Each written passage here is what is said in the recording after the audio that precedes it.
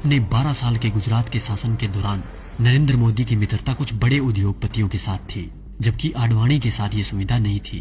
धन की व्यवस्था करने में नरेंद्र मोदी सफल रहे। अब उसके बाद घटनाक्रम धीरे धीरे बदलने लग गया। पूंजीपतियों ने भाजपा के सामने शर्त रख दी कि भाजपा को तभी धन उपलब्ध करवाएंगे जब नरेंद्र मोदी को प्रधानमंत्री पद का उम्मीदवार पार्टी घोषित कर दे। भाजपा को पूंजीपतियों के दबाव के आगे झुकना पड़ा और नरेंद्र मोदी को प्रधानमंत्री पद का उम्मीदवार बनाना पड़ा। आडवाणी नाराज होकर कोप भवन में बैठ गए। उसके बाद धीरे धीरे घटनाक्रम बदला। लोकसभा चुनाव प्रचार के दौरान मुकेश अंबानी ने देश में 22 चैनल खरीद लिए।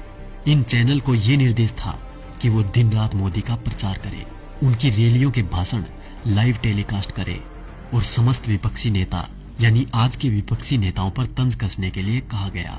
मायावती, अखिलेश, केजरीवाल, राहुल गांधी, सोनिया गांधी, लालू समेत तमाम नेताओं पर तंज कसने के लिए कहा गया। मीडिया ने ये काम बखूबी किया भी। तकरीबन 600 वेबसाइटों को मुकेश अंबानी ने खरीद लिया। नरेंद्र मोदी ने 400 रैलियां की थी।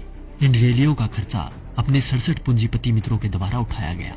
नरेंद्र मोदी को चुनाव प्रचार करने के लिए एक हेलीकॉप्टर दिया गया था। ये हेलीकॉप्टर चुनाव प्रसार के लिए अडानी ने दिया था।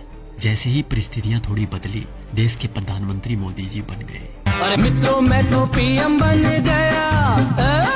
पीएम बन के कैसा तन गया। ये विक्ट्री मेरी देखो, ये हिस्ट्री मेरी देखो, जैसे मॉडल मेरे गुजरात का। उसके बाद सिलसिला हुआ कर्ज उतारने का। तो सुनिए क्या क्या हुआ।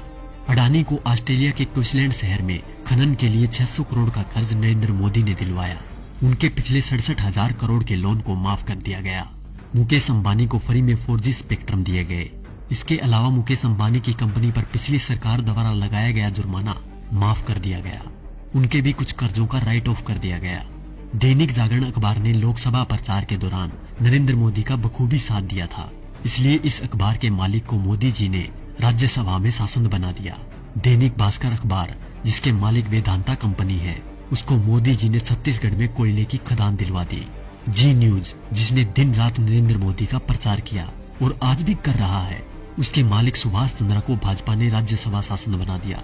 और अब बात करें किसान और गरीब लोगों की, तो शायद उनके बारे में मुझे बोलने की जरूरत ही नहीं, क्योंकि सभी नेता कोई भी पार्टी का हो एक ही बात बोलता है, कर्ज माफ, लोगों को नौकरी और लड़कियों को सम्मान।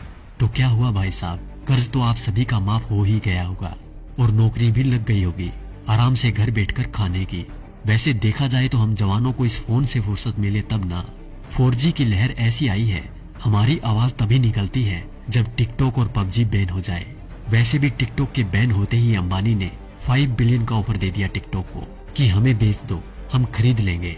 और रही बात PUBG मोबाइल गेम की, तो PUBG बैन होते ही खबर आई कि हम 4G गेम मैदान में उतार रहे हैं। अच्छी बात है, मेक इन इंडिया होना भी चाहिए, पर शायद अब इस गेम से युवा गलत दिशा में नहीं जाएंगे, क्योंकि इसको गंगा के जल से धोकर लॉन्च किया जाएगा।